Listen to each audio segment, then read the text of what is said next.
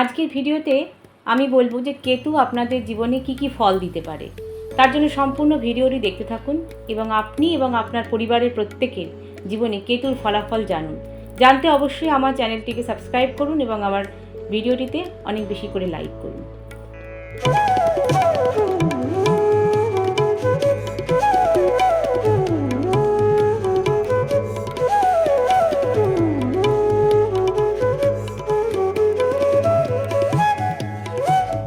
আমরা দেখব যে কেতু 12টি ঘরে, রাশিচক্রের 12টি ঘরের কোথায় বসলে কি ফল দেয়। এখন তার আগে আমরা একটু জেনে নিই কেতু সম্বন্ধে। কেতু কি? কেতু হলো এমন একটি গ্রহ যাকে আমরা বলে থাকি রহস্যজনক গ্রহ, অর্থাৎ কেতুর মধ্যে এত রহস্য লুকিয়ে রয়েছে। কেতু ছাড়া যে গ্রহগুলো রয়েছে তারা কিন্তু আপনাকে মোহ মায়াতে আটকে রেখে দেবে, কিন্তু কেতুই একমাত্র গ্রহ যা আপনাকে এই মোহ মায়া থেকে মুক্ত করতে সাহায্য করবে। যেমন ধরুন রবি আপনাকে ফেম, তারপর আপনার সম্মান, অহংকার, এসবে আপনাকে কিন্তু জীবনের মায়াতে আটকে রেখে দেবে। ধরুন বুধ আপনাকে টাকা পয়সাতে আটকে রেখে দেবে। ধরুন শনি আপনাকে জীবনের সংঘর্ষ, পরিশ্রম ইত্যাদির দ্বারা আটকে রেখে দেবে। কিন্তু কেতু কী করবে? কেতু আপনাকে সমস্ত কিছু মোহ মায়া থেকে, জীবনের মোহ মায়া থেকে ছাড়তে শেখাবে, জীবন থেকে আপনাকে এই সমস্ত থেকে ছাড়তে শেখাবে। অর্থাৎ কেতু হচ্ছে ভীষণভাবে স্পিরিচুয়াল এবং আধ্যাত্মবাদের একটা অংশ হচ্ছে কেতু। আর একটা জিনিস মাথায় রাখতে হবে, কেতুর কিন্তু চোখ নেই, অর্থাৎ তার মাথাই নেই। মাথা নেই মানে তার চোখও নেই, সে দেখতে পায় না, কিন্তু সে তার বাহ্যিক জিনিস দেখতে পায় না। কিন্তু এমন জিনিস কেতু দেখে যে জিনিসটা আর সবাই দেখতে পায় না, কিন্তু তার অন্তর্দৃষ্টি দিয়ে দেখে। অর্থাৎ কেতু কিন্তু তার আমাদের পূর্বজন্মর জিনিসও দেখতে পায়। অর্থাৎ কেতু আপনি যে কর্ম করে এসছেন, যা কর্ম আপনি বারবার করে এসছেন, সেই কর্মের ঠিক সেই জায়গাতেই কিন্তু কেতু এই জন্মে আপনার ঠিক সেইখানে বসবে। এবার বলবো প্রথম হাউস, অর্থাৎ আমাদের লগ্নে যদি কেতু থাকে তাহলে কি হতে পারে। এবার দেখুন, লগ্নে যদি কেতু থাকে তাহলে কিন্তু সেই মানুষটার প্রচণ্ডভাবে তার মধ্যে ইনটিউশন পাওয়ার মারাত্মক হয়।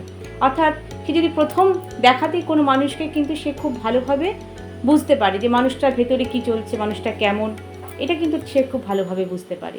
আরেকটা জিনিস দেখুন, যে যদি কোনো ঘটনা ঘটতে চলেছে তাহলে কিন্তু সে আগে থেকেই বুঝতে পারে যে এই ঘটনাটা ঘটতে চলেছে। কিন্তু তার একটা প্রবলেম হচ্ছে যেহেতু কেতুর মাথা নেই, সে কিন্তু ভীষণ কনফিউজড। তাহলে যে কোনো কাজই সে করতে যাক না কেন, তার মধ্যে কিন্তু একা সে কোনো কাজ করতে পারে না, তার কিন্তু একটা সঙ্গী বা সাথীর দরকার হয়। যে কোনো কাজ করার সময় সে কিন্তু বারবার অন্য কারোর পরামর্শ নিতে চায়। আর একটা জিনিস, তার মধ্যে কিন্তু ভীষণভাবে ঘাবড়ে যাওয়ার একটা টেন্ডেন্সি থাকে। যে কোনো কাজ করার সময় সে কিন্তু মনে হবে যে আমি কাজটা করতে পারবো কি পারবো না, যে কনফিডেন্সের অভাব তার মধ্যে দেখা যায়। কারণ কি জানেন? কারণ হচ্ছে কি, তার গত জন্মে সে তার ব্যক্তিত্ব নিয়ে এত চিনিমিনি খেলেছে যে এ জন্মে সে লগ্নে যেহেতু কেতু রয়েছে, সে তার ব্যক্তিত্ব ঠিকমতো প্রকাশই করতে পারছে না। হয়তো তার ভিতরে অনেক কিছু গুণ আছে, হয়তো তার ভিতরে প্রচুর ট্যালেন্ট রয়েছে, কিন্তু ট্যালেন্টটা সে কিন্তু প্রকাশ করছে, নিজেও জানে না যে তার ভিতরে ট্যালেন্ট রয়েছে। সেই ট্যালেন্টটা সে কিন্তু প্রকাশ করতে পারছে না। হয়তো সে আফটার 35 হঠাৎ করে তার মধ্যে সেই ট্যালেন্টটা প্রকাশ পেয়ে গেল, তাহলে তো খুব ভালো। কিন্তু যদি না পায়, সারা জীবনেও হয়তো তার সেই ট্যালেন্টটা সে জানতেই পারলো না যে তার ভিতরে এই ট্যালেন্ট রয়েছে। এই জিনিসগুলো কেতু লগ্নে থাকলে আমরা দেখতে পারি। তার অবশ্যই তার রেমেডি আছে। আমরা কিন্তু রেমেডির মাধ্যমে অবশ্যই এই যে আপনার ভেতরে লুকোনো যে ট্যালেন্ট, সেটা কিন্তু প্রকাশ করতে পারি। এবার ধরুন সেকেন্ড হাউসে অর্থাৎ দ্বিতীয় যদি আপনার রাশিচক্রে দ্বিতীয় যদি আপনার কেতু থাকে তাহলে কি হবে। সেকেন্ড হাউস থেকে আগে বুঝতে হবে, সেকেন্ড হাউস থেকে আমরা কি দেখি। সেকেন্ড হাউস থেকে কিন্তু আমরা দেখি আমাদের অর্থ সম্পদ এবং আমাদের পরিবার, আমাদের বাক্য, কিভাবে কথা বলে মানুষকে ইমপ্রেস করতে পারা, এই সমস্ত কিছু কিন্তু আমরা সেকেন্ড হাউস থেকে দেখে থাকি। এবার দ্বিতীয় যদি আপনার কেতু থাকে তাহলে পরে কিন্তু আপনি অবশ্যই আপনার এই অর্থ সম্পদ থেকে ডিটাচ থাকবেন। তা বলে কি আপনার অর্থ সম্পদ থাকবে না? না, সেরকম কিন্তু নয়। কিন্তু টাকা পয়সার পিছনে ছোটা, অর্থাৎ টাকা পয়সা নিয়ে মাথা ঘামানো, এটা কিন্তু আপনার কম থাকবে। যেমন আছে তেমন থাক, চলে যাচ্ছে, আমার লাইফটুকু চলে গেলেই হলো, এই একটা টেন্ডেন্সি কিন্তু আপনার ভিতরে থাকবে যে টাকার পেছনে ছুটবো, অর্থ ইনকাম করতে হবে, প্রচুর পরিমাণে অর্থের দরকার, সেটা কিন্তু আপনার সেই মোহটা আপনার কিন্তু থাকবে না। তাহলে তাহলে কি আপনার সত্যি সত্যি অর্থকরী আর হবে না? না সেরকম কিন্তু নয়, অর্থ আপনার কিন্তু প্রচুর পরিমাণে আসবে।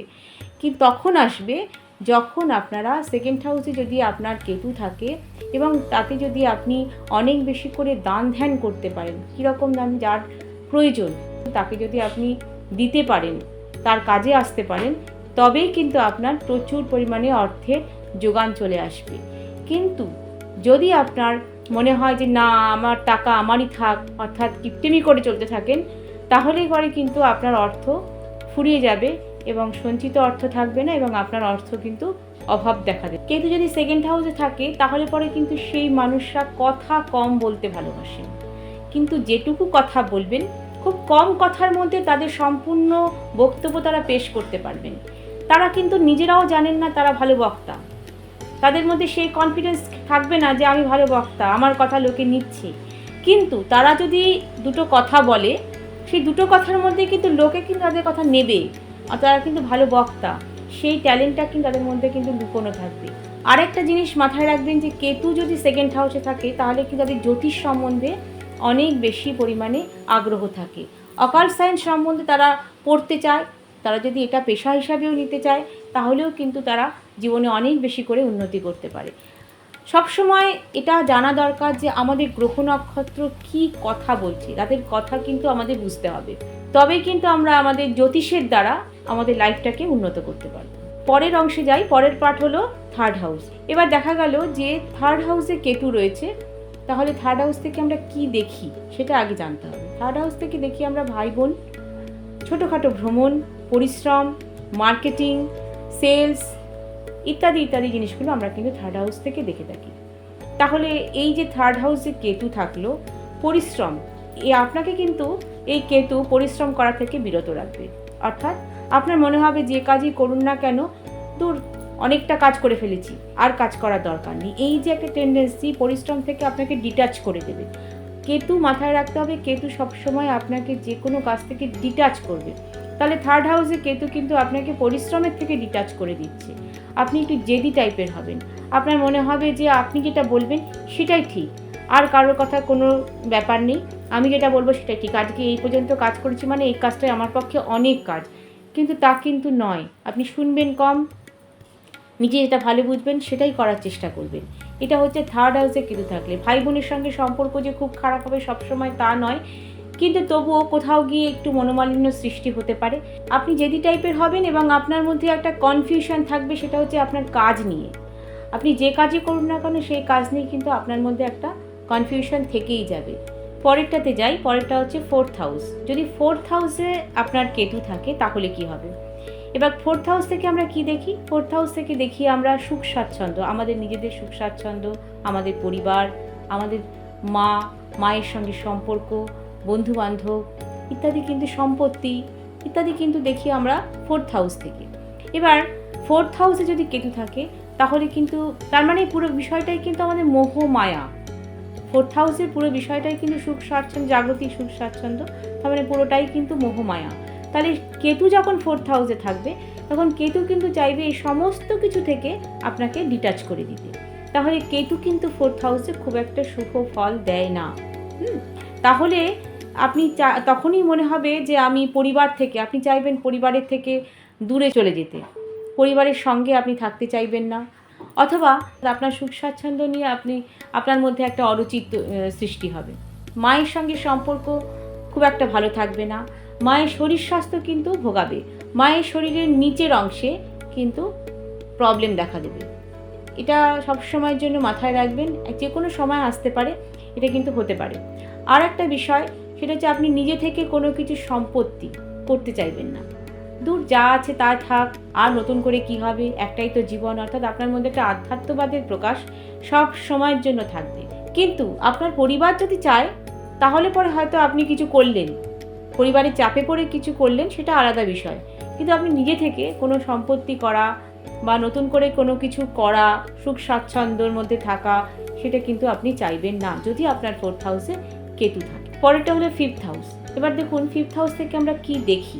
ফিফথ হাউস থেকে আমরা দেখি আমাদের এডুকেশন, খেলাধুলা থেকে আমাদের সন্তান ইত্যাদি কিন্তু আমরা ফিফথ হাউস থেকে দেখি। তাহলে ফিফথ হাউস যদি কেতু থাকে তাহলে পরে এমন হতে পারে যে আপনার হয়তো এডুকেশন থেকে আপনাকে ডিটাচ করে দিল। এমনও হতে পারে আপনার পড়াশোনার মন বসছে না।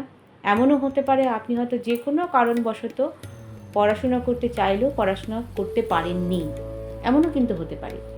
তাহলে সেই ক্ষেত্রে কেতু আপনাকে কিন্তু সেখান থেকে ডিটাচ করে দিচ্ছে। সন্তান দেখি আমরা, সন্তান এমন হতে পারে যে কেতু 5th হাউসে রয়েছে, আপনার সন্তান নিয়ে সমস্যা হচ্ছে, অর্থাৎ সন্তান হচ্ছে না, অথবা আপনারা সন্তান নিতে চাইছেনই না, অথবা আপনার সন্তান বড় হলো, বড় হওয়ার পরে আপনাদের সঙ্গে থাকলোই না, আপনাদের থেকে দূরে চলে গেল। এই যে সন্তান নিয়ে প্রবলেম, সন্তান সুখ হানি, এটা কিন্তু কেতু 5th হাউসে থাকলে দেখা দেয়। কিন্তু কেতু যদি 5th হাউসে থাকে, আরেকটা ভালো দিক হচ্ছে আপনার মধ্যে যে ক্রিয়েটিভিটি আছে, ক্রিয়েটিভিটির প্রকাশ হয়, অর্থাৎ আপনি কিন্তু ফেমাস হতে পারেন। এই কেতু কিন্তু আপনাকে ফেমাস করতে পারে, কিন্তু সবটাই নির্ভর করছে যে আপনি সেটাকে কিভাবে প্রকাশ করছেন। কেতু প্রকাশ কম, তাকে বুঝতে হবে এবং তার প্রকাশটা করাতে হবে, ঠিক সঠিক রেমেডির মাধ্যমে তার প্রকাশটা করাতে হবে, তবেই কিন্তু আপনি ফেমাস হতে পারবেন, তবেই আপনার কেতুর যে ফলাফল, সেই ফলাফল থেকে আপনি মুক্ত হতে পারবেন। আজকে এই পর্যন্তই থাক, কারণ আজকে এই 5th হাউস পর্যন্ত আমি বললাম। আগামী ভিডিওতে আমি আমার বাদবাকি কেতুর যে অবস্থান রয়েছে আর 7টা যে ঘর রয়েছে, 7টা ঘর নিয়ে আমি আলোচনা করব। এবার আপনারা দেখুন আপনাদের নিজেদের ছকে, আপনাদের নিজেদের জন্মছকে কোথায় কেতু বসে আছে এবং আপনারা সঠিক তার, আমি যেটা বললাম তার সঙ্গে আপনাদের মিলছে কিনা আপনারা অবশ্যই কমেন্ট করবেন, আমাকে কমেন্ট করে জানান আপনাদের কতটা সেটা কার্যকরী হয়েছে, এবং যদি কার্যকরী না হয়ে থাকে কিভাবে কার্যকরী করতে হবে তার সমস্তটাই আমি বলে দেব। অবশ্যই আপনারা কমেন্ট করুন। ভালো থাকুন সবাই। আমি আবার খুব তাড়াতাড়ি আমার পরের ভিডিওটি নিয়ে অবশ্যই আপনাদের সামনে আসছি। ততক্ষণের জন্য নমস্কার।